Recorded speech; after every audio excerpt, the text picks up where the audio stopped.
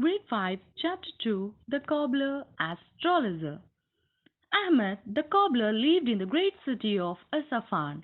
He was an honest and industrious man.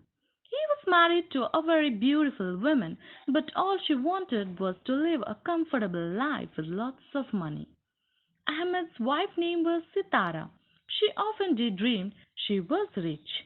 She constantly fought with her husband because she believed she was destined to great fortune. One day, Sitara saw a lady dressed in a magnificent robe, covered with jewels and surrounded by slaves. This was the kind of life Sitara had always desired. She eagerly inquired who the lady with the fine jewels and many attendants was. She learned it was the wife of the chief astrologer to the king. She returned home and said to her husband, "Give up cobbling. It is a low trade and never yields more than 10 or 12 dinars a day. Turn astrologer. Your fortune will be made, and I shall have all I wish and be happy." "Astrologer!" cried Ahmed. "Astrologer! Have you forgotten who I am? A cobbler without any learning. And you want me to engage in a profession which requires so much skill and knowledge? I neither think nor care about your qualifications," said the enraged wife. "All I know is if you do not become an astrologer immediately, I will divorce you." What could poor Ahmed do? He was no astrologer, but he could not bear the thoughts of losing his wife. He promised to obey. So he sold his stock and bought an astrolabe and astronomical elements and a table of 12 signs of the zodiac. Furnished with this, he went to the marketplace crying, "I am an astrologer. I know the sun and the moon and the stars and the 12 signs of the zodiac. I can calculate nativities. I can foretell everything that is to happen." It so happened that the king's jeweler was passing by. He was in a great distress, having lost the richest ruby belonging to the crown. He had searched for it everywhere, but in vain. He searched the crowd around Ahmed and said, He reached the crowd around Ahmed and said, "If you are able to help me to find King's ruby, I will give you 200 pieces of gold. But if you do not succeed within 6 hours, I will use all my influence at court to have you put to the death as an impostor." Poor Ahmed was in a state of shock.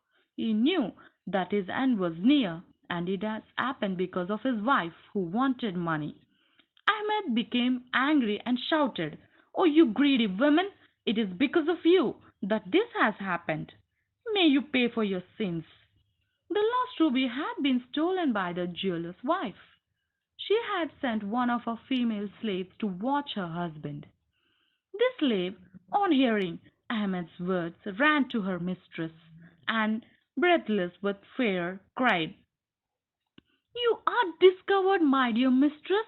You are discovered by an astrologer. He knows that it is the work of a woman, and he was talking to your husband, so he now knows that you have stolen the ruby."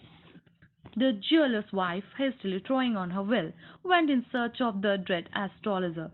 When she found him, she threw herself at his feet, crying, "Spare my honor and my life, and I will confess everything." "What can you have to confess to me?" exclaimed Ahmed in amazement. "You know only too well that I stole the ruby from the king's crown. I did so to punish my husband, who uses me most cruelly, and I thought by these means to obtain riches for myself and to have him put to death. But you, most wonderful men, from whom nothing is hidden, have discovered and defeated my wicked plan. I beg only for mercy, and will do whatever you command me." Ahmed said, "Women, I know all thou hast done, and it is fortunate for thee that thou hast come to confess this sin and beg for mercy before it was too late. Return to thy house, put the ruby under the pillow of the couch on which the husband sleeps. Let it be laid on the side furthest from the door, and be satisfied that guilt shall never be even suspected." The jewel's wife returned home and did as she was told. In an hour, Ahmed followed her and told the jeweler he had made his calculations and found by the aspects of the sun and the moon and by the configuration of the stars that the ruby was at the moment laying under the pillow of his couch.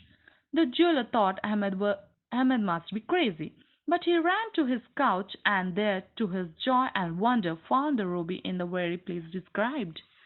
He came back to Ahmed, embraced him, called him his dearest friend and the preserver of his life.